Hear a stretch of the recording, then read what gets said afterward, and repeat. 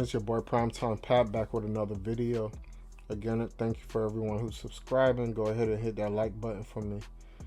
Now here goes a video from the first accuser of Shannon Sharpe Shannon Sharpe's ex-girlfriend from back in the day.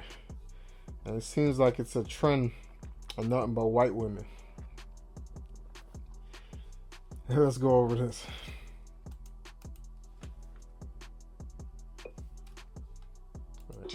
No, 2002, and but we didn't start talking until we met up at a club at Blue 67 in Denver. I don't know if anyone is listening from Denver.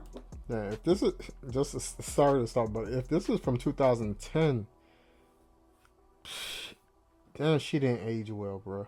But yeah, we were at a club at the same time. We didn't go together. We just happened to both be there. And so he started talking to me, and he started pursuing me pretty heavily from then on. I resisted for a while because, I was a reporter, and I didn't want to mix the two.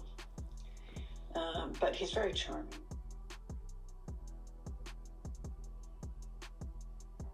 And we dated until the 2010 incident. And then it came to abrupt end because I wanted, we were arguing and he was threatening me and stuff like that after, but I didn't see him again after he raped me. So what led up to that fight, that 2010 fight that you guys, I know that the argument ensued first before he allegedly raped you? The argument was about the fact that he had removed one girl from his house and put another girl in his house. And didn't tell me, and he had asked me to break up with my husband at the time. We were just dating, so I was dating Shannon and my husband at the same time.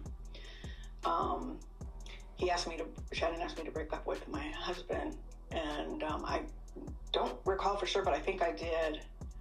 And so I was like, wait a minute, you want me to be with just you, but you want to move somebody into your house and not even tell me? So that's what it stemmed from. He's not a faithful person, so I wasn't going to be faithful to a non-faithful person. It just doesn't work that way. Not for me anyway. Can you tell us just broadly, I know it's probably painful to relive this situation, but can you tell us generally what happened that day? It was fighting, and usually we fought on the phone and not in person. So it was the biggest argument that we ever got in. And he was controlling, he was domineering, he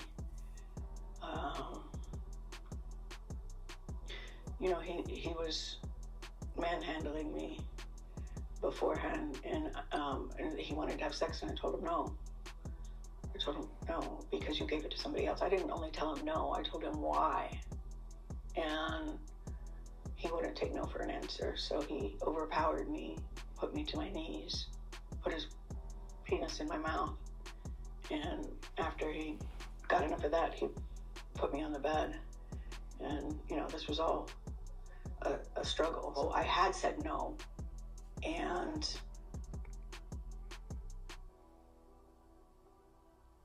I said no, even though I was thinking that. And so it was the hardest. Yeah, this is too hard. I remember he got dressed and he knew what he did. And so, I just kind of escorted him out the door. And then I wasn't going to do anything about it. Sometimes when you're with the person for a long time, it's hard for you to realize that they're being a perpetrator, even though you know it, you don't want to admit it, and there's so much going through your mind. But then he started coming at me. If I tell anybody, he'll use everybody he knows to destroy me, which he basically has. And then he started making other threats against my life. The press room at the Broncos, April of... Okay. I hate these situations. It's just hard to tell. I wish God would have gave us like the 100% to know when somebody's a liar. Because no matter how bad the story sounds, or unbelievable, or believable, you just never know. Unless you have footage, or you just never know. It's crazy, especially situations like this. Because in one hand, somebody could be lying and putting somebody else's life in jeopardy of being ruined. Or the other hand, it is true, and that person's life is getting psychologically is ruined, and they want people to believe them, but it's just hard because of the time frame of when it happened and why you ain't tell nobody. But this lady here, I just hate when I get it, but I hate when victims come out years later and then it's about trying to get money and this and that. Because if he could have ruined you then, he can ruin you now. What's the difference? That's what I don't get about some of these women's stories when they try to come out years later. Oh, he was powerful, this and that. He's still powerful. Now I don't know. We don't know the story, but her the way she was talking was just, it was very off to me. Very off. And I've dealt with liars, and I can just, like I said, it could be 99% true, and then that 1% it's wrong. I don't know. But when you're saying he told you to leave your husband, and I don't remember if I left my husband to go. Man, what are you talking about? And then look how you look. But damn, Shannon Sharpe, what are you doing? And that looks like an old video. I don't know if that's recent. Good Lord, what Shannon Sharpe? What? Boss, what type of women are you going after, man? You getting yourself in a whole shitload of trouble for no reason, bruh. And then you're saying the man came in the room and he face smashed you and then hit it after. Ma'am, you're already unfaithful. You were dating him and your husband, so you're a liar yourself. You're not even a loyal person.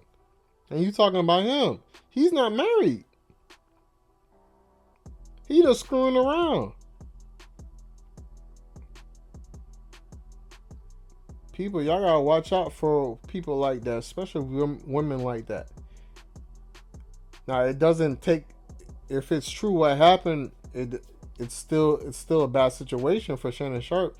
It doesn't mean it's any better, but at the end of the day, she's a liar herself. She ain't even a good person. Talking about he's not a loyal person. Ma'am, you're not a loyal person. You left your husband because he asked you to.